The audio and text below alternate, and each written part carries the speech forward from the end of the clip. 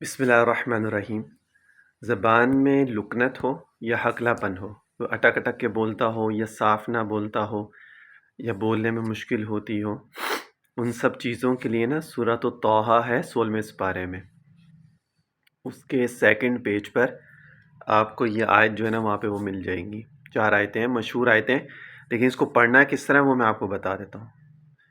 بہت ساری چیزیں آلریڈی ہمیں پتہ ہوتا ہے کیونکہ مشہور ہوتی ہیں، ہر کوئی بتاتا ہے، لیکن ہر بندے کے بتانے کا طریقہ، اس کا پڑھنے کا کوانٹٹی وہ الگ ڈیفرنٹ ہوتی ہے، اصل چیز وہ بھی میٹر کرتی ہے۔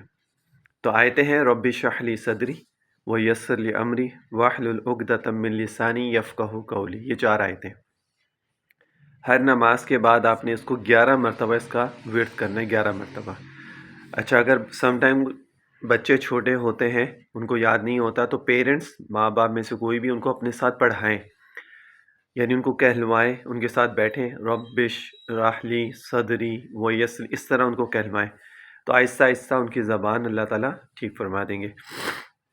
یا پھر انہی 4 آیتوں کو 101 مرتبہ پڑھ کر بادام کے اوپر جو ہے وہ دم کر کے کھلایا جائے، بادام کے اوپر، یعنی آپ 101 دفعہ اس کو پڑھیں اور بادام لے لیں، ہاف کے جتنی بادام لے لیں، اس کے اوپر دم کر دیں اور پھر وہ بادام روزانہ ان کو کھلائیں، ٹھیک ہے؟